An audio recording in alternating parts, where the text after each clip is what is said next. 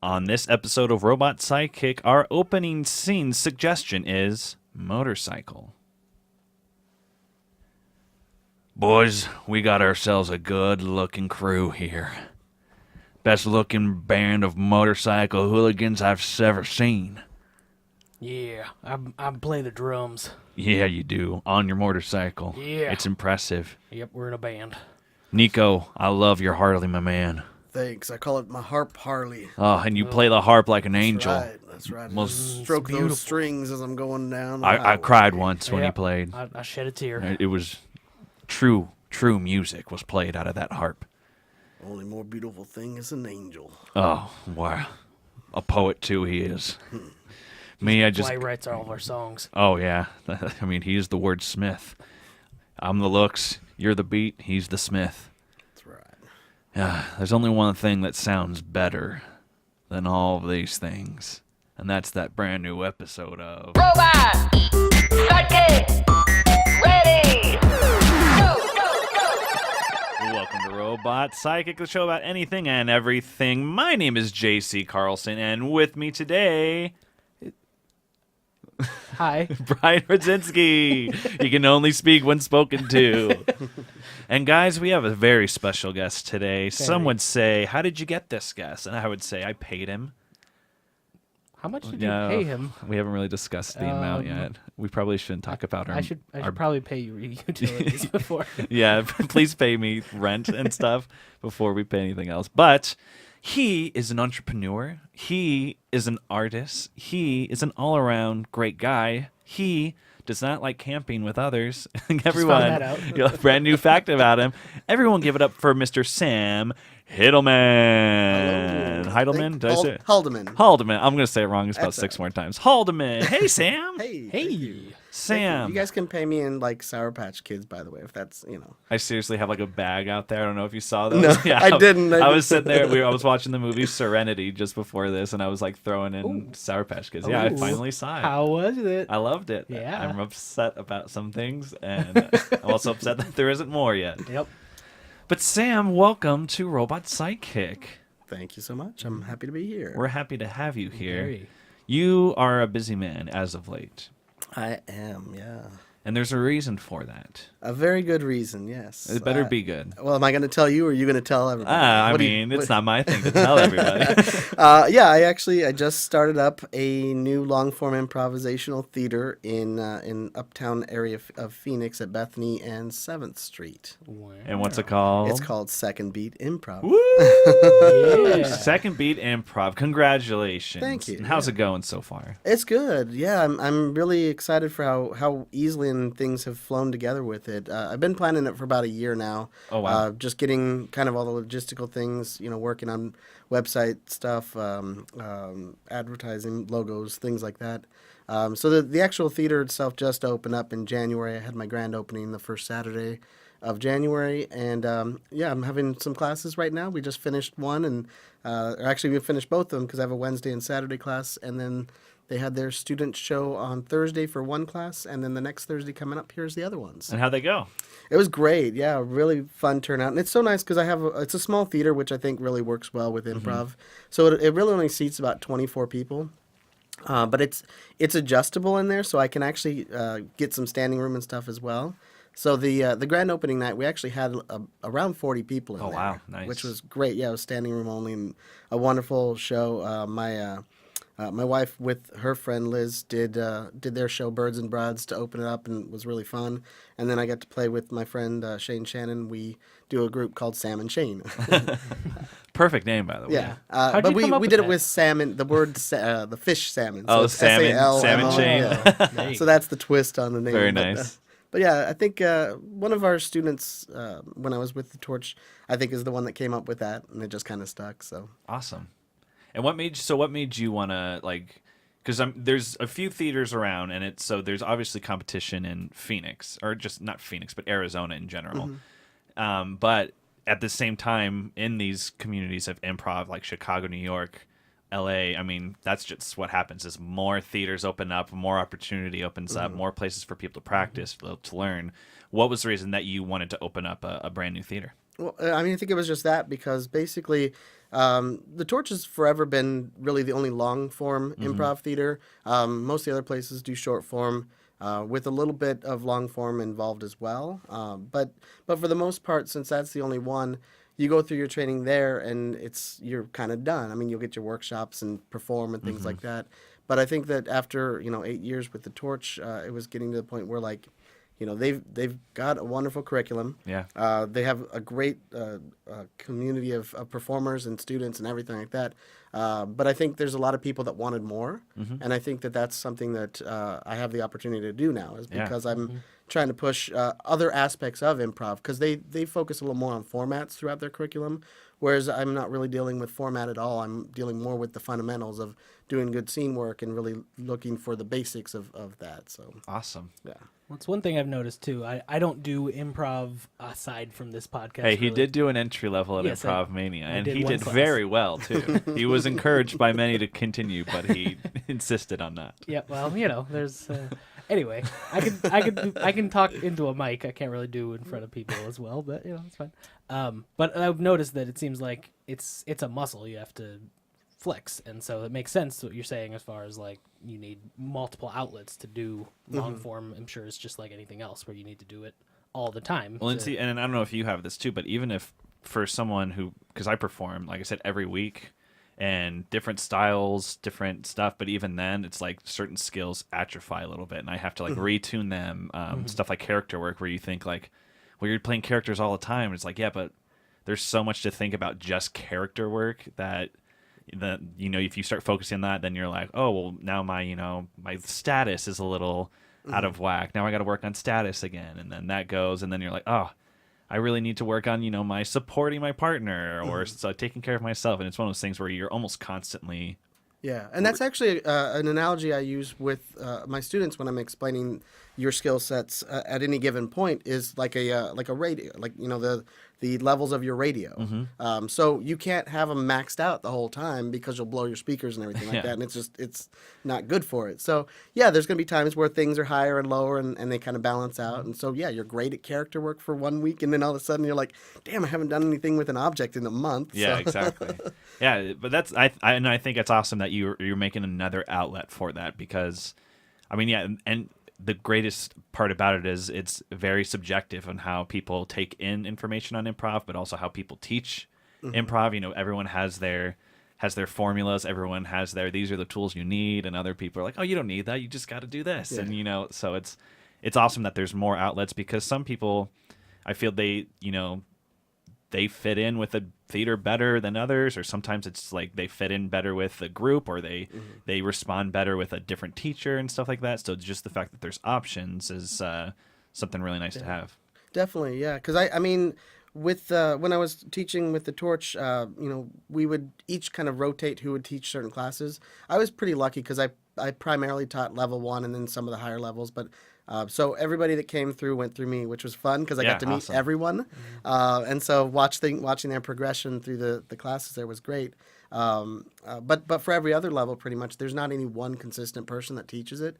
So I always told students, if you feel like you're done and you want some more work, go back and take it with a different teacher, or even if you get the same teacher too, because you're still going to get a different group you're working with. And so those energies can change. You take it on a night versus a weekend.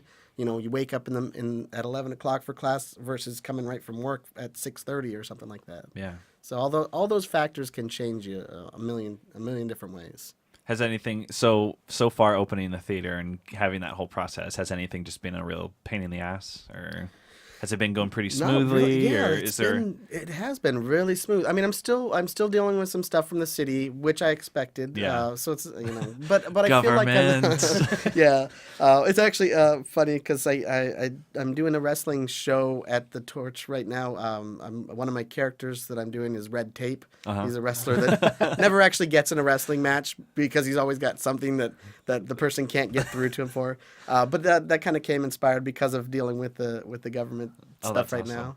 now. But yeah, I mean, it hasn't been even bad with that. The big thing that sucks is I have to take time off of my regular job. Yeah. And so like if I have to go down there and spend a couple hours or something like that, and then they're like, "Oh, you need this." I'm like, well, "Why didn't you just tell me that last time I was here?" So it kind of got a little frustrating, but it wasn't too bad. And now I'm in the final stages. Awesome. So I've submitted my plans. Now it's basically whatever. Either they're going to say yes, or they're going to say these are what need to be done, and then you got it. Awesome. So that's And that's looking good. And you're still currently working at your other job right Yeah, now too. yeah. So how's that been? Kind of doing both. I've been doing it for 5 years because I've been at my job. Actually, just hit my 5-year anniversary a couple weeks ago. Congratulations. Thank you. We have a watch on the way. But yeah, I've been there and doing the torch the whole time, and it's really not been much of a transition because I'm still doing a lot of the same stuff.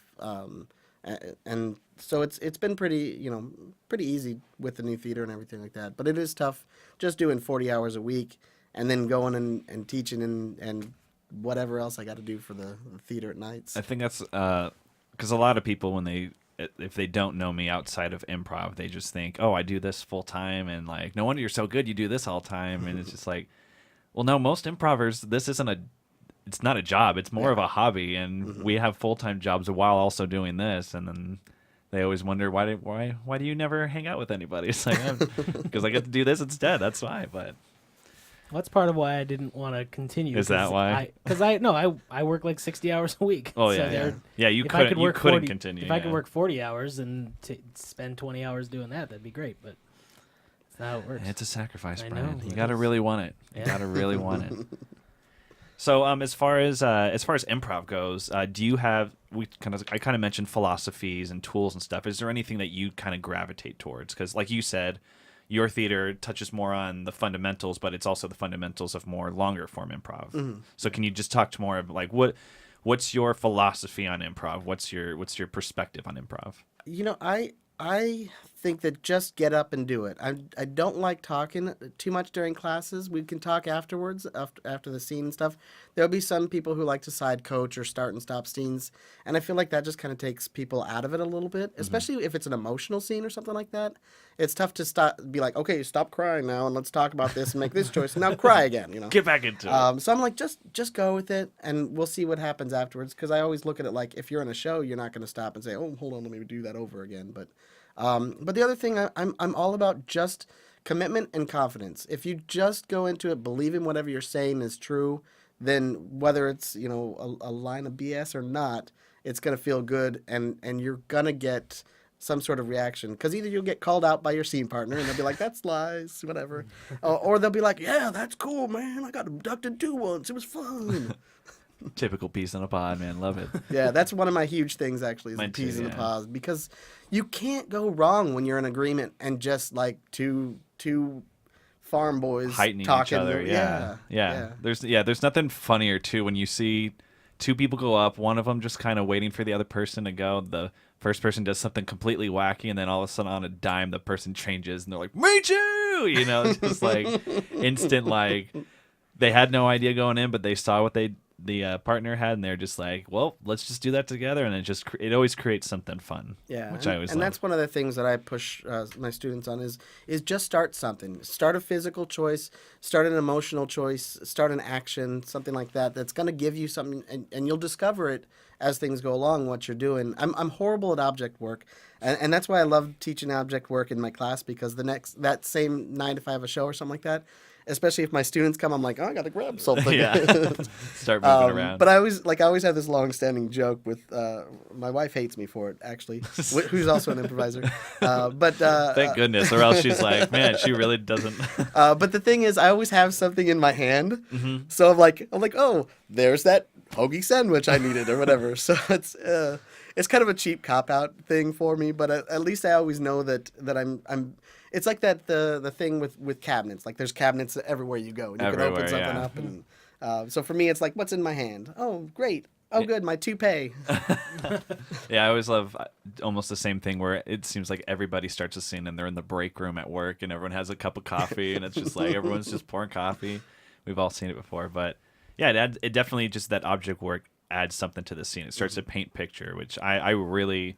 It's not my strongest thing whatsoever, but I really love a good scene painting and just making something real out of nothing. Yeah, I always when I talk to my students about that, I use a lot of analogies of stuff, especially movies, because I'm a big movie nerd. I worked at are ya? Blockbuster Yeah. for like 5 years when I was in high school. Brian worked at a movie theater for about 10 years. Nice. Yeah, I was at a movie theater for 8 years, so I got Awesome. seen Yeah. everything that came out during those 8 years. Exactly. Yeah. Everything from like late 80s or late 90s to kind of mid 2000s. Sort of. I got to take home for free and everything, which was great. Awesome. I've got like a couple hundred movie posters, like the full size one sheets. Like, Nice. No reason to have them at Nope. this point either. no, Yeah. I think I have Sex in the City too. Like for no reason, I took it. I was like, yep, I'll take that. Why not? Yeah, we used to get the cardboard cutouts and stuff like Nice. that. Oh, and, yeah. yeah. Those were fun. And then we'd always get the movie post or the movie magazines too and stuff like that.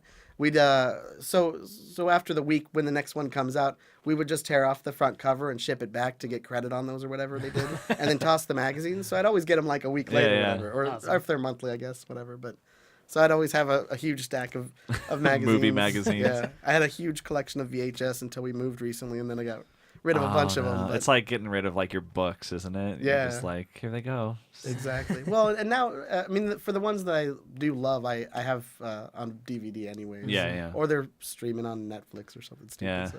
That's the thing. It's going to be so annoying once everything is just like, everything's online now. And you're just like, but I have all this stuff that I've been know. collecting. Well, and you mentioned books, and that's how I feel about that. Is like I would much rather have a book in my hand than like a reader or something like that. You know, I like the idea of pages and taking it with me, and you know, if it gets wet or Yeah, whatever, you there's drop nothing it. like it would be the worst thing ever if you were reading a book and as you were reading little notifications were popping up. You're like, I don't want to look at text messages. Like, man, if you're reading, you want to just read. Exactly. I assume I'm not a reader by any means, No. but if No. I ever try to read, it's always something comes up and I'm like, ooh, what's that? And then I'm gone. Yeah, I get distracted easily, so that would make sense. I like that's why I like vinyl too. Like if you listen to music on vinyl, if you listen to a track enough, you literally start to wear out that track a little bit. Like you affect the music that you're listening to, and that's kind of cool to me. I don't Yeah. know. I used to a real hipster have there. when I first moved back into town from Chicago in 2008. I bought a car that had not an 8-track. That'd be really cool. Yeah. A tape deck. Yeah. And so my mission was to hit every Goodwill and Savers around the country, basically, and buy 25-cent cassette tapes. So Nice. And be the guy that has the box under the seat, and it's like, Yeah. here they are. Would pick one. Exactly. You're like, oh man, what do you want to hear? Some Belle Biv DeVoe? gotta Sure, I got gotta that. rewind this one real quick here. Can't really keep those in your car in Arizona. Though. I know. Oh, yeah, that's I true, learned yeah. that the hard way. Actually, well, not that I didn't know it because I lived here Yeah. before, Yeah. but it's like, well, that was No, stupid. of I've me. left like CDs in the case up on the dashboard one time, and it like melted around the CD. Like the Oh, case, wow. the CD was fine. The case got all melted though. It was Yeah. crazy. Jeez, that's insane. Yeah, it's weird that it's almost a treasure if you have some old stuff like that though. Like you were saying, the vinyls. I mean, they're making vinyl. It's kind of having a comeback and everything, just because people do enjoy the collection Yeah. and the Well, tangible if I'm going to aspect. spend like $20 on an album or something, I can just listen to it online. But I'd rather have a physical thing. And if I'm having a physical thing, give me a vinyl record. Yeah, support the Like, band and everything. Yeah, Yeah. that's what I like. I like them. You like them? Yeah, they have record store day. I bought some stuff from that before. It's pretty cool. I got a Star Wars, the new Cantina song. Is there a new Cantina song? Yeah, I didn't know that. Lin no. Manuel Miranda wrote it actually. Really? Yeah. I did not know that. It's like the reggae style one. Oh, it in was the that in new- the Force Awakens? Yeah. Yep. But I've got a vinyl of that song. It obviously wasn't good enough for me to remember it. I'm not that it wasn't a good song, but it wasn't that thing where I remember the first time I ever saw Star Wars. I loved the dun dun dun. I was just like, oh, what is this? This is good. It's a little corny, but I mean, Yeah. it has that kind of Rebecca Black likeness to it. The whole Friday song. Yeah. I'm still singing that. I don't know about you guys. I think that's the most favorable comparison she's ever gotten. Yeah, probably. I'm giving her way too much credit for that. Sam, what's next for you? What's next? So many good ideas that I have in my head, and it just I think one of the next things I want to do actually is to get a little bit more scripted stuff under my belt. Cool. Like what?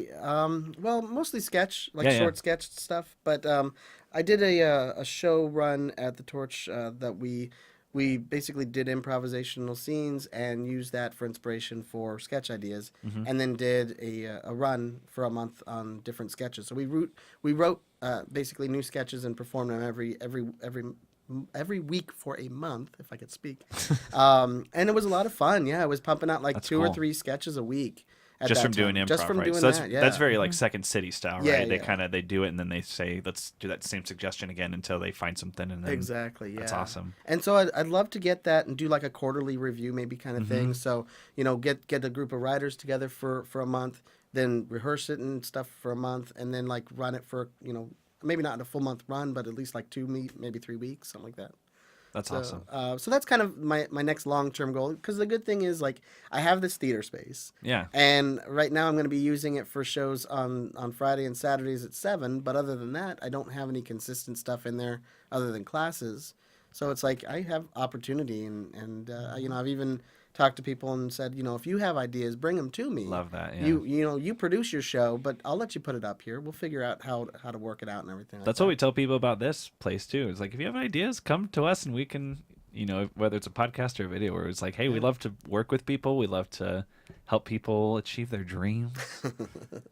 That's awesome. Yeah, I love that idea. Okay. I mean, and it's amazing just how valuable a space is in general. Like, people are always like, yeah, I would do it if only I had a space. And then now you can just be like, and I've got I'm loving my space. I know you feel that way, like, because it's mine Facebook. sort of Yeah. thing. But at the same time, it's really awesome. It's a small little space, so it's only like 560 square feet. But it's in such a great neighborhood. The setup for the theater itself is pretty great. But there's restaurants and bars, and Awesome. there's an escape the room right across the area where I'm at too. Nice. So there's already foot traffic in there and stuff Awesome. like that. So I feel like there will be a lot of great success there because of the area and everything like that. But yeah, I'm super happy. I really am. It's awesome. stop smiling, Sam. I can't. Oh, I gosh. can't. This is supposed to be an emotional podcast. I know I should and be you're- crying right now. It's so... And then the bank foreclosed. I'm alone. No. We'll have this podcast again in 4 years, and we'll see how everything's going. Exactly. I'm in the first year, like, oh, I got a new baby. Yay. Speaking of babies, Brian. No, just kidding. Well, that's cool. So let's go into the personal side of Sam. Sam. Sure. This is where I'm gonna cry. Yeah, this is This where is like ESPN. we're going stuff, Oprah. right? Yeah, it's 60 Minutes right here. You've been known as a trickster That's true. around this part of town. You've pulled a lot of practical jokes on people. Brian, I remember one time he woke up and he had no beard, and all he had on the back of his head was an S. Was that your doing? Well, I mean, I don't want to be too obvious and give it away, but there was an S, right? Did you notice anything about the S, Brian? Were there any clues that were left? There was a real small little A and M next to the S. That's right. That's my trademark. Oh, so you instead of admit that it. circle, it's the AM. It's Sam in the mornings. Because that's the only time I do tricks. Oh, It really yeah. is in the mornings. They Because call you- I wait for you to go to sleep, and then I sneak into your house, and something gonna happen. He's they call him the trickster on the rise That was- because he always does it at sunrise. That was a little annoying because everybody thought it was a skinhead for a while. Well, yeah, there was And that. the S stood for skinhead. Yeah. I was like, no, look at the A and M. It's in the morning. I'm only a skinhead in the morning. That's what it's meant. Yeah. What other kind of tricks have you been pulling, Sam? Oh well, the other day I actually I plucked a chicken. What? Yeah, A whole chicken? a whole chicken. I plucked a whole chicken, Wow. and then put it in somebody's robe. Yeah. Robe? Yeah, it was a friend of mine's robe. I snuck into his house in the morning. He always You have a friend that wears a robe? I do. Yeah. That's Who a doesn't little- wear a robe? You wear robes. I don't wear a you? robe. Yeah, well, I'm weird. I bought you a robe for Christmas, Brian. Yeah, I don't wear it. So you. So I put sticky tape on it though. Okay. And so once he put his robe on after getting out of the shower, I can't pluck it. I can't try to. There we go. That's what I was I was trying like, to do. you kissed it? What did you do? I don't know. It sticks to him right after that wet shower, and then all of a sudden he takes it off and he's walking around Chicken Man. Oh man, is that what you call him now, Chicken Man? That's right. I do remember hearing the news reports of Chicken Man. Oh yeah, we actually have the audio for it right here. That's the sound of a trickster. They call the man the Chicken Man. We are not certain as to how he became this, but we're going to go out to our field reporter, Hips McCoy. Hips. Hey, there's a guy running around with a chicken fur on his. Hey, chicken, what you doing over there? You got Why don't you take a shower? chickens don't take showers. What are you? You're crazy, chicken. You're very crazy. I'm so crazy. Hips, is there any sign of who might have done this? Well, there's a shape of an S on the back of him in feathers. Oh, what? And there's a little AM. Well, he only gets you from the backside. Oh, wow. Thanks, Hips. We'll come back to you if we hear more. And now, that's the 8 o'clock news. Wow. Great clip from that 8 o'clock morning news, man. It's exciting stuff. So, yeah, I mean, I feel like just spelling out your name isn't the greatest way to, get people off of your trail, Sam. Yeah. Not going to lie. That's true. But I don't, I like being transparent too. So Yeah. I mean, you've been really honest thus far. Yeah. Otherwise, I wouldn't have told you about my tricks. Of course. Someone's got to know. If somebody asks you, you tell them. Yeah. It's just until that point, it's a secret trick. Do you have any tricks you're planning on me right now, Sam? No, it's too far of a drive. Oh, thank goodness. You're Thank lucky. good- 40-minute prank. I That's way know. too much. I don't get up that early for anybody. Unless I'm out on this side of town at night, maybe I'll just stay up all night and stay on this- Just wait. Yeah, spend Just the wait night. it out. I got a couch. If you ever want to prank me, I'm all for it, man. You're more than welcome. Oh man, that's fun. What is your cutoff? What counts as AM to you? Usually anything after 11:59. To be honest. Well, I get I work at 8:30, and I leave my house about 8. But I'm usually up by about 6:45, 7 o'clock. Oh, okay. I just can't sleep anymore. I used to be a night person because I worked in bars and restaurants and things Yeah. like that. So I was always up till 2 or 3 in the morning. Pretty much ever since I've gotten this job and had to get up Monday through Friday. I set my alarm for 7:15, but I very rarely actually get to hear my beeps. Oh yeah. Which is nice. I think I wake up out of fear. Yeah. I'm like, I don't want to hear that. I hate it. I have like 3 different alarms set, and then I hit snooze on each of them. So at any given moment, there's like 3 different alarms going off, and I'm like, oh god, no. But there's ensures that I get up. So what do you do for work now? I guess. I work in an insurance company. Awesome. Yeah, it's at so 44th fun. Street in Camelback. You don't have to give that specific about Well, it. I'm just saying. I'm just Okay. saying if anybody wants to come visit me and take out a policy. No, I'm just kidding. Actually, I don't ride them. I do Co-prank, yeah. I do basically customer service Cool. though. So it's a call center, but it's not like a script and it's not like sales or anything. I'm helping them when they have questions on their policy, and if they're if someone dies, I got to deal with that. Love it. That's fun. So do you have a lot of calls like that? Yeah, yeah. Do you have any that you brought with you? No, I try to let that leave at work. I really don't, because I like my job, but it's not a fun job in the sense of like, let me come home and tell you about all the people that died today that I had to take a claim on. So I kind of like to leave that at the office there.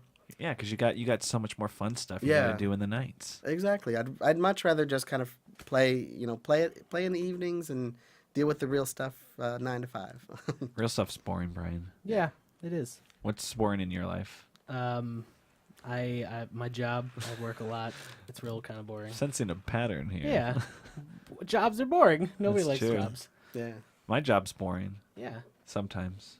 sometimes my job's all right. I'm a customer service and sales trainer. Nice. So, and it's in the storage business. So, after people die, they Yeah, so come store their stuff here, and A then lot we, of death involved. Yeah, ours is the majority of, not the majority, death but or one of. divorce, right? Yeah, we're known as like we're in storage, which seems like such a simple thing, but we always say like we're kind of in the trauma business. We have to be there after people pass away, get divorced, or moving away, or going off into the military, and we're like, yeah, we're gonna be that person that helps them through that. So it's an interesting business.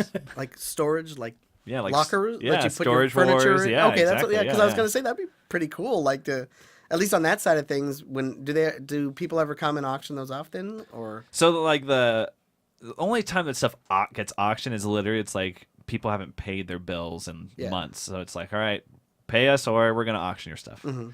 And well, and that's how the Storage Wars show got big was Mhm. because there was people that were doing that and reselling and making made money. a career. Yeah, exactly. And then it just like anything when something like that gets revealed, it like saturates the market, and then the market changes because of it. So now it's not as exciting or extravagant. They made it very like streamlined and simple, so that way there's not just people fighting at storage places over bids and units and stuff. But Yup. yeah, that's him. Yeah, that's the guy.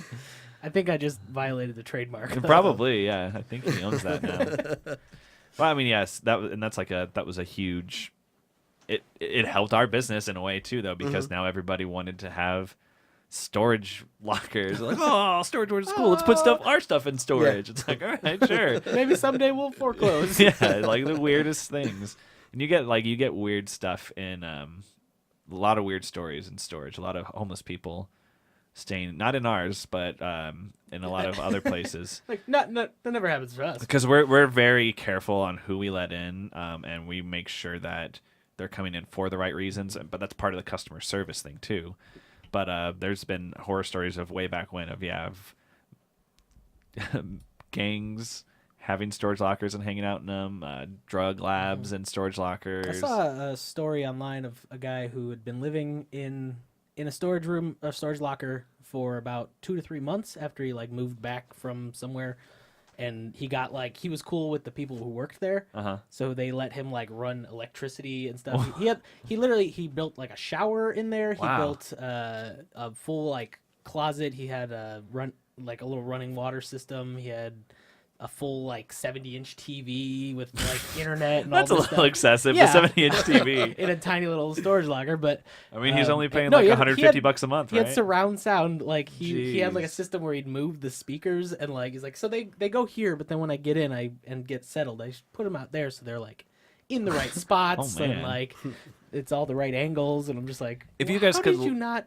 If you what? guys could live anywhere that you weren't allowed to live, I mean, like business-wise or public park-wise or anything like that, but like a storage place, where would you guys want to live? Disneyland? Okay, that's a good answer. Yeah, I was thinking a mall, but I think Disneyland is better than a mall. Yeah, I would say so. Yeah, That'd be a great place. Where would you live in Disneyland? probably inside of Matterhorn. Inside? Yeah, I hear that there's a half-court basketball court in there. That is the rumor. And I love basketball, apparently. You love it, don't you? All right, interesting. What about you, Sam? I mean, you have a place now. You have the theater. I could go there if ever I get kicked out by my wife. Right? Just put a bed in there. I don't know. I think it'd be fun to kind of live like in a zoo. Yeah. I mean, I don't think I'd want to live there permanently, but would it'd you be fun to be- like camp there for a couple days. Yeah. Would you be one of the like exhibits there? Maybe. Who knows? I don't. If I can live there and be an exhibit and then kind of get out at night. or That's your whatever, day it's like- job, yeah. Yeah, it's like, hey. He used to do insurance. Now he's an exhibit. Give it up for Sam, the human. Why is he putting a giant S on everything? Going around What is shaving that? all the Yeah. animals. All the antelope has an S in its butt. Yeah, and a little AM. Oh, that's weird. It only happens in the morning. That's awesome. Yeah, I think I don't know. I think that'd be fun. Like jump in with the gorillas or something. Yeah, Not we had really, our. that'd be way too dangerous. but- Yeah, it doesn't have a good track record so far. We actually had one of our proms at the zoo. We didn't go to it though.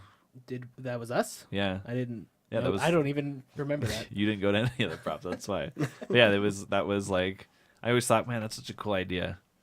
The zoo for a prom. I don't know if it was zoo lights at the time or if it was just dark or what there, but I don't know if I've actually been to the zoo since I moved here, and that was a long time ago. you ever been to the Phoenix Zoo? Really? Nope, I don't think so. Missing out. Yeah. Oh, they have a 4D movie theater there now. That's What's- the best is thing that in the world. Smells? Is that the fourth one? Yeah, usually it smells, and then they have like those little things where they have the little air cannons under your feet, so it looks like oh no, there's mice. Yeah, but it's good. I mean, it's pretty cool if It's you're goo? into that kind of stuff. It's goo. Yeah, it's good. It's gonna be huge. Let's not go there. I think I would do a. I would love. I've always talked about it, but I would love to live in a movie theater. It would just seem like the coolest thing. I pretty much did live Yeah, in a movie Yeah, theater you kind of did. for a while. You had a bed up there, basically. Well, I slept up there a handful of times. Like if I'd come and by up there we mean up in the projection projection. booth. Yeah, Yeah. the coolest place in a movie theater. Yep. Well, and the sound of a film projector whirring is still like the most soothing thing I've ever heard in my life. Do we need to put that on like a Spotify playlist of the soothing sounds for Brian, and one of them's just a film reel? Yep. What else would be on there? Cat purring, Really? maybe like a nice low purr, not like I don't know. So hold on, what's the difference between a low purr and a high purr? I feel Hyper? a hyper. A hyper one? It's a cat that's had a It's lot just of really caffeine. hyper. Yeah. I don't know. I feel like some cats purr weird, but like just like a slow, steady sound, just like a fan. So that would be one on that's there. purring to himself, not so much purring for others to Yeah. hear. Okay. What about you, Sam? Any soothing sounds? Not really. I have a hard time sleeping at night with no sound, so I always Yeah. have the TV on. I mean that's my sound. Yeah. But I can't sleep if it's a movie that I haven't seen or something like that, Yeah. because then I want to stay up and watch it. So I play a lot of old movies that I've watched a million times. Do So you have like any go-tos? yeah, like Basketball Nice. is one of Oh, my God. favorites. I think Clerks is always a great one because it's just dialogue, so you don't actually have to watch any visuals or Oh, yeah, anything like absolutely. There's a Daniel Tosh stand-up special that I've fallen asleep to like 100 times. Really? probably. Yeah, and Step Brothers as well. that. Oh, that's a good one. Yeah. I used to fall asleep to Eddie Murphy Raw or Delirious Nice. a lot too. Nice. Yeah, stand-up's tough because you get invested in the jokes. So that's why his was the only one because I'd seen it so many You times knew what that was I was like, I happening. know what's going on here. And then I could go to sleep the next night and be like, oh, this is the Mr. T joke that I got to rewind or fast forward to. Today love was today and yesterday it was like real rainy. Yeah. and that's like a thing that's real soothing to me. It's just like It actually kept me up because we Yeah? had our window open, and yeah, I just was like just, a slow, same thing, slow, steady, like yeah, rain. our window was open, so if I would have closed it, and I'm sure just like the muffled sound of it would have been fine, but we had it wide open, so I could just hear like the smacking on the cement. Oh, it's true. You got it's coming off the roof right there. Yeah, so like I the was just big- like, oh man, rain sucks. Sounded like a babbling brook. Babbling brook. Yeah, Yep. that gets me every time. What does it sound like? Babble, Yeah, babble, babble, babble, babble. that's a babbling brook. Yep. Oh my god, surround sound babbling brook. That's so cool that you're super into movies, because so obviously comedies. Yeah. Comedies. But I definitely watch anything, but comedies are always my go-tos, really. Best movie you've seen in the last year. 12 months, not like the last 2 months. Calendar year, please. Calendar year. You know, Or it doesn't have to be a best, but just standout ones that you you know really what? enjoyed. You know what really stood out for me? This is if you've seen it, awesome. If not, go see it. But it's Sausage Party. Oh, really? You know what? I went into it with really low expectations. Because Seth Rogen and all those guys, it's just like, okay, another one of their movies, and I figured it'd just be dirty hot dog joke bit. After another, yeah. But it ended up being really a good movie. Yeah? And good themes and things like that, and they played on their puns and stuff well, and so I think maybe not best movie, but most underrated movie that I wasn't expecting anything from. Yeah. Yeah. I think that's... You can't go wrong if you do puns right, and I feel like that's how what was Cloudy with a Chance of Meatballs that they did super well, right? Because they Still were just didn't see that one either. from what I haven't either, but from what everyone says, it's like, man, they got their puns on lock, and that's So- why it's so successful. So what we've learned is that it's an animated movie with food. They gotta have puns. Yeah, I mean, you have to. If you're not doing it, you're wasting your time. Smurfs do puns about blue stuff. If you got food, you got to do puns about food stuff. What are you, Brian? What best movie I've seen in the last year? Is that what you're Yeah. I saying? mean, just like it doesn't have to be the best, but standouts, ones where you're just like, oh, I recommend this to anybody. I just saw Split recently, and that was really good. Yes, it was. I don't know if it was the same thing. I don't know if it was the best, but it was a really good movie. It made me happy that M. Night Shyamalan is not completely sucking anymore for at least one movie. So I've been wanting to see that one too, actually, because I really like McAvoy. What's his name? James James McAvoy. McAvoy. I really like him a lot, and I hope that's right. if not, well, he won't know. Yeah, we'll get some I'm tweets. gonna forward this to him. But yeah, same thing. That Shyamalan's career is not total washout yet. Yeah. Yeah. I've heard good things about it. So Yeah, it really is great. I haven't forgiven him for Last Airbender yet. Man, I'm so upset. yeah, I'd about already that. stopped watching any of his movies by that point again. Oh so. yeah. I think the one with the plants. I think that was the last Oh, one. The Happening? I The always Happening? forget about Yeah. The Happening. That was like I think the last one I saw. I feel like that was his version It wasn't of a comedy. It wasn't. It had There's to just be. no way. Because Mark Wahlberg is not a terrible actor, and like they were just like, no, say this line like you don't mean it at all. Like, just go ahead and like somebody accuses you of wanting to kill them, and you just, what? No, we don't want to kill you. Like, I don't know. There's definitely been movies where I've always wondered, like, man, what were they thinking? But at the same time, like, well, there was a director that said this is how he wanted it to look. So you can't always fault the actor. You know what I mean? And that's how I kind of felt about like when people got mad at what's his face, Jared Leto for the Joker on Suicide. They're like, oh man, he was so bad. And it's just like, but at the same time, that's how they wanted him to be. Like, you can't fault the actor for that. yeah. Well, If he was also the director and he was like, no, this is how it should be, then I'd be like, yeah, that's bad. But did you see Jupiter Ascending?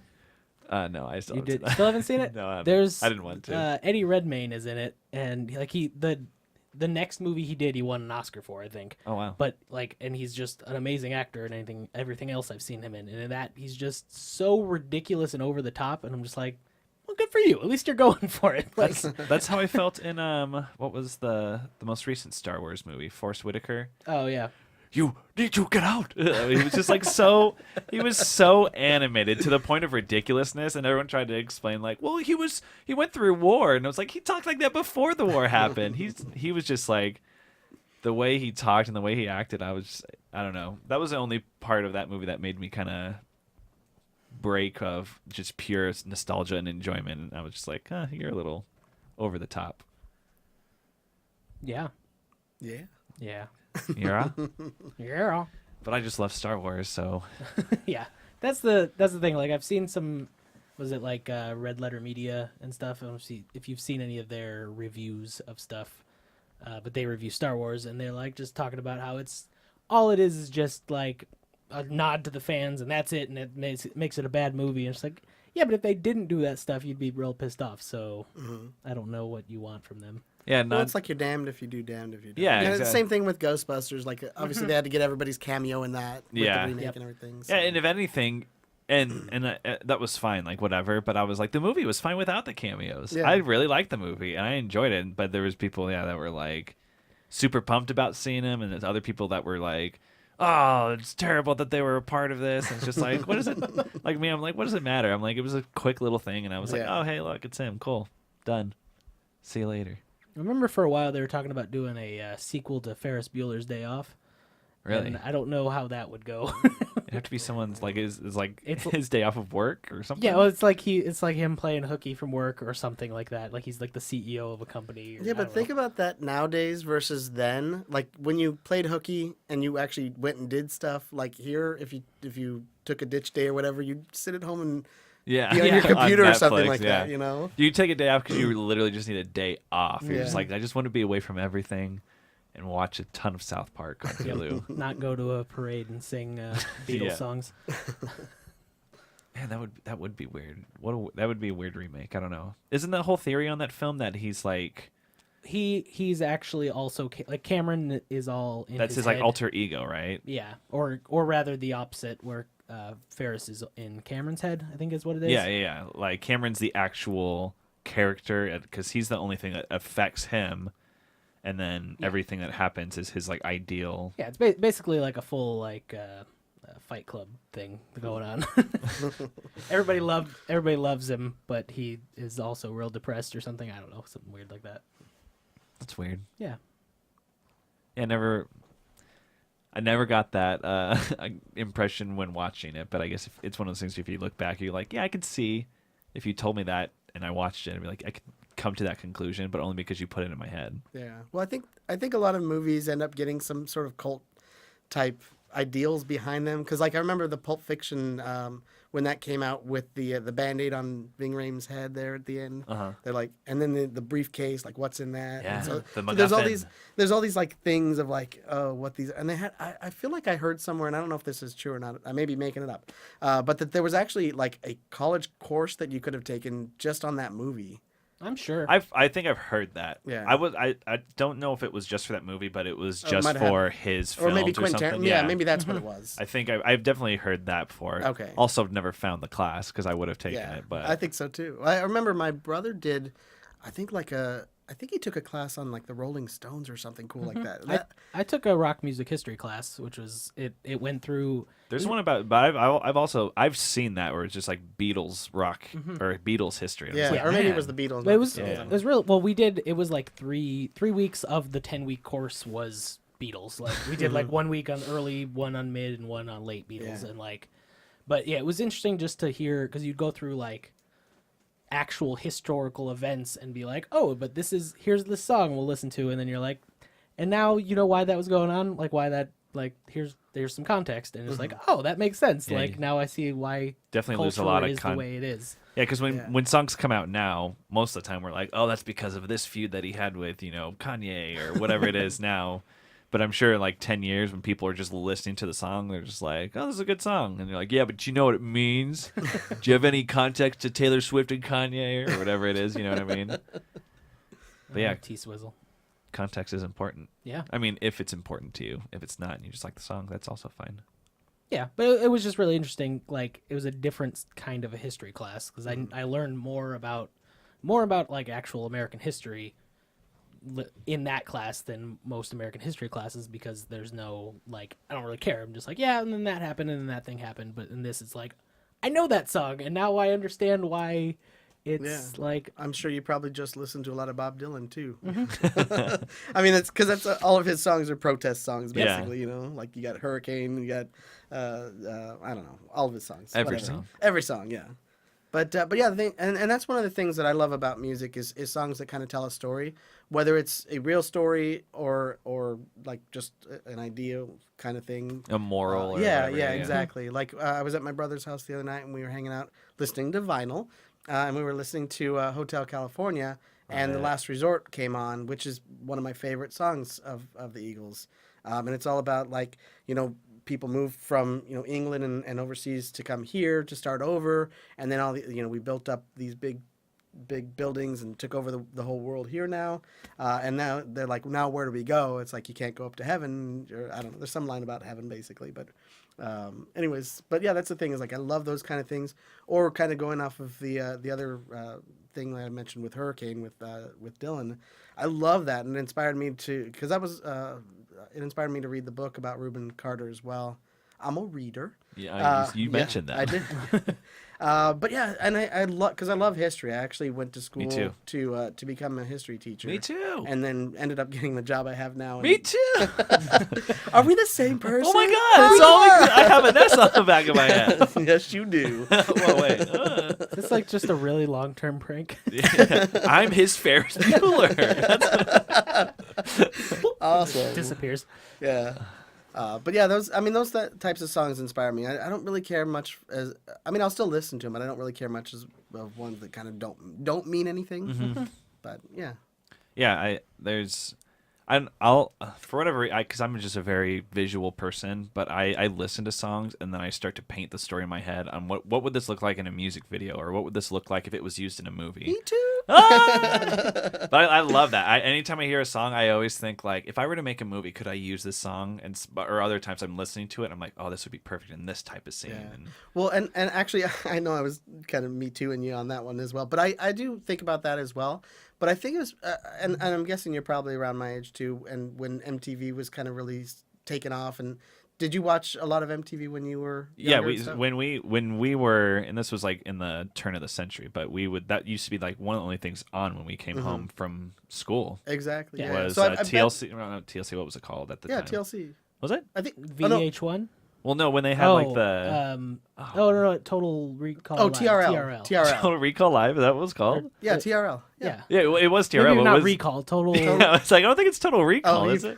Total Something. Total Live. Request? Total I think To Request. Request Live. Live. That's right. Request Yeah. Live. Yeah. We would. I mean, Yeah. that was also one of the There only was ways. Total Recall Live, which was hosted by Arnold Yeah. Schwarzenegger. You know what? I yes and the crap out. Yeah, I love That's it. what I do. Total Recall Yeah. Live. What do you mean? But when you said it, I was like, "There's no. It wasn't really called that, and no one mentioned it in all those years. That's insane to me. That's why I was literally blown away if that was the actual name of it. But Yeah. yeah, that used to be the only way. because we didn't have money to buy CDs or anything at that time. That's right when Napster was starting to get popular, but we hadn't really discovered it. So that wasn't one of the only ways to listen to music for us, or just at least see a music video. So yes, Yeah. MTV. The answer is yes. Yeah, I mean, because I know that's one of the things that inspired me to, because I wanted to be a music video director for a period of time when I was younger. I was like, that's so much fun. To, Yeah. give me your song, let me think about it and make a video out of it. And, Yeah, especially for whatever reason, Britney Spears comes to mind. But all of hers, there was like a set and costumes and choreographed, but she always had a story, guys. That's what I'm trying to say. But the one that I'm thinking of is what's the one where she goes on Mars? I don't know. The only one I can think of is "Hit Me, Baby, One More Time." that and the one with the boa constrictor. I don't even know what song that was. Yeah, for. there's too much good stuff from Oh, Britney I'm Spears. sure. Britney Spears is like AM PM. Too much good stuff. I was like, what? That's their slogan. Oh, Sorry. okay. Is this another TRL thing? Total Recall Live?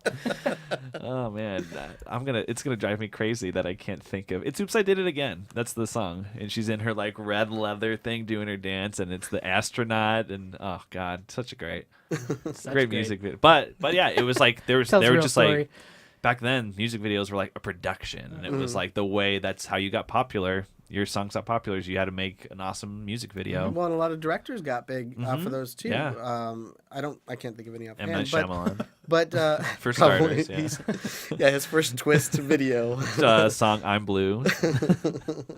But I think the other thing of it too is because they're short. Yeah. So like it's not like a production of a 2-hour movie or something like that. It's just like here's this 3-minute rock video that now put a truck or a car with a girl and people in wigs on Oh, yeah. singing. Well, and you can be like abstract with it too, Yeah. and you get real interesting like visuals and that you don't Like normally In get Sync movies. and their Bye Bye Bye. Like I can't Yeah. hear that song without thinking of like them as Yeah. marionettes. Is and that the stuff. one where they're like in the box that moves Yeah. too and everything? Like, Yeah. I- They're like such cool ideas. Yeah, and I remember a video with Jamiroquai where the room kept moving and he would dance and the room was shifting around. It was awesome. Yeah, and they would do like slides up the scene. You're like, whoa, look at Yeah, that. yeah. Such cool stuff, man.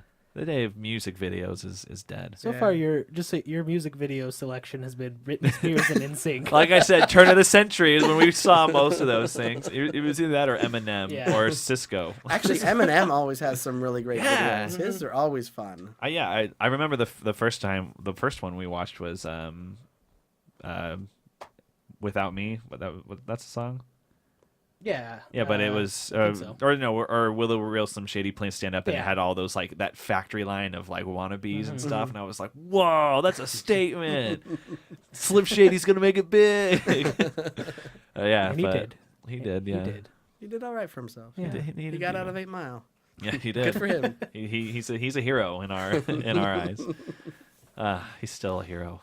But then and then you had YouTube come up, and then OK Go kind of made their music video with the treadmills, and then they like, because I mean, they shouldn't have ever gotten popular. Their music is good, but what really set them off was their music videos, and it was literally like, let's set up some treadmills, let's set up just one camera, and then do a little thing here, and then boom, now they're superstars. You know what I mean? That's the thing is, it's like it's almost more important that you have like a really good music video now than it was when MTV was a thing, but it's also less because everybody has music video. Like, Yeah. that's all YouTube is just.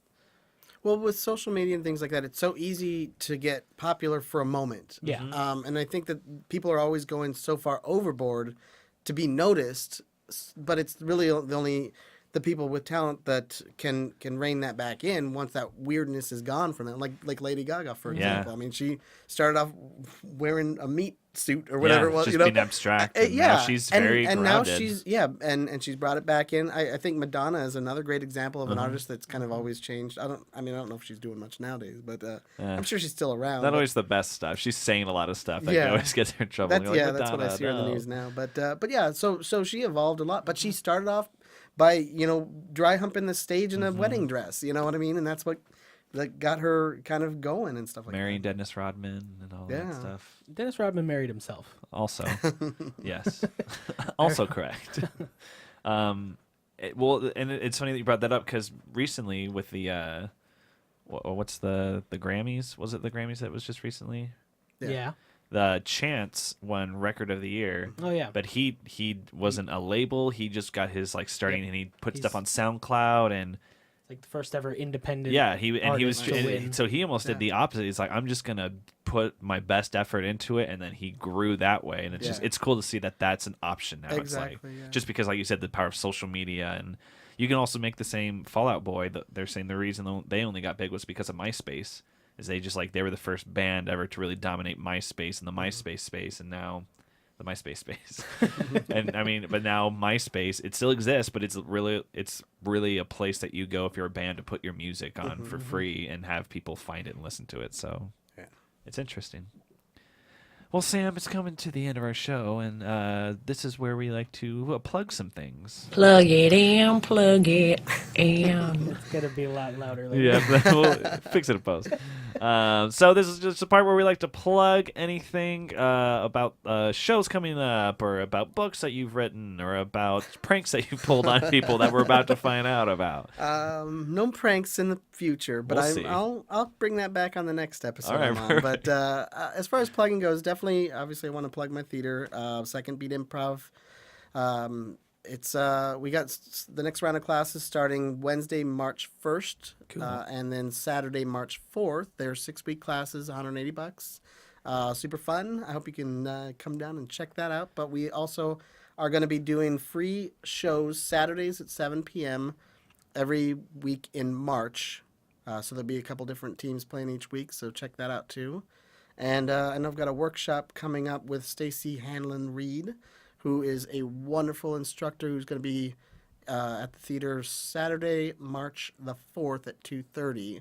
So you can go there and sign up for her workshop on our website, secondbeatimprov.com. Awesome. Or Can find us on Facebook. I was saying, where else can they Yeah, find yeah. you? So perfect. And then, do you have any shows coming up? Not immediately. I do have. Well, I'll be playing the first Saturday at Second Beat. Awesome. My regular shows right now, I'm playing at the Torch Theater still 7:00 for the Skewed News Hour, and that's really my most consistent show right now. But I'll be having a lot more soon, I'm sure. Highly recommend Skewed News for anyone looking for a fun improv show. Brian, what do we got? Oh, we got our podcast Oh, hey. that you're listening to right now. Oh, you make should sure probably- you listen to this. Yeah, if you're listening to it, you should probably continue to listen. If to you've made it this far, might as well finish. It's almost over. We're on iTunes, SoundCloud. You too. Oh yeah, YouTube. That's like the main place we are. I Yeah, forgot yeah. about that. You can like, comment, leave a comment of a suggestion for our next show. Subscribe to our channel. Share with your friends. Your mom loves it. She just hasn't listened to it yet because you haven't shared it. Yeah. You can also find us on Facebook. And we've been posting a whole bunch of just fun, nerdy stuff and technology stuff up there. So if you like that kind of stuff, also follow us on Facebook. Fun things happening on Facebook. And that's about it. Are we on And- MySpace? Yeah, that's my top 8 things of Facebook. And then you can also find me at Improv Mania. I perform there Fridays and Saturday nights, 7 and 9 o'clock, and then sometimes on Thursdays. Depending on what show's going on, either stand up or like a Thunderdome type thing. So find me there, you jerks. Well, Sam, thank you so much for coming on. Thank Thanks. you. This was a lot of fun. Yeah, we're definitely gonna have to have you on very soon. Well, I hear there's a rumor I'm coming on with my wife next time. I've heard That's that what, too. That's what somebody's told me. I've What? heard it. Don't know if What? it's a prank. It's probably a prank. Probably a prank. Aw. All right. Well, thank you, Sam. Thank you, listeners. Thank you, Brian. And until next time, we'll see you later. Ta-ta. Bye.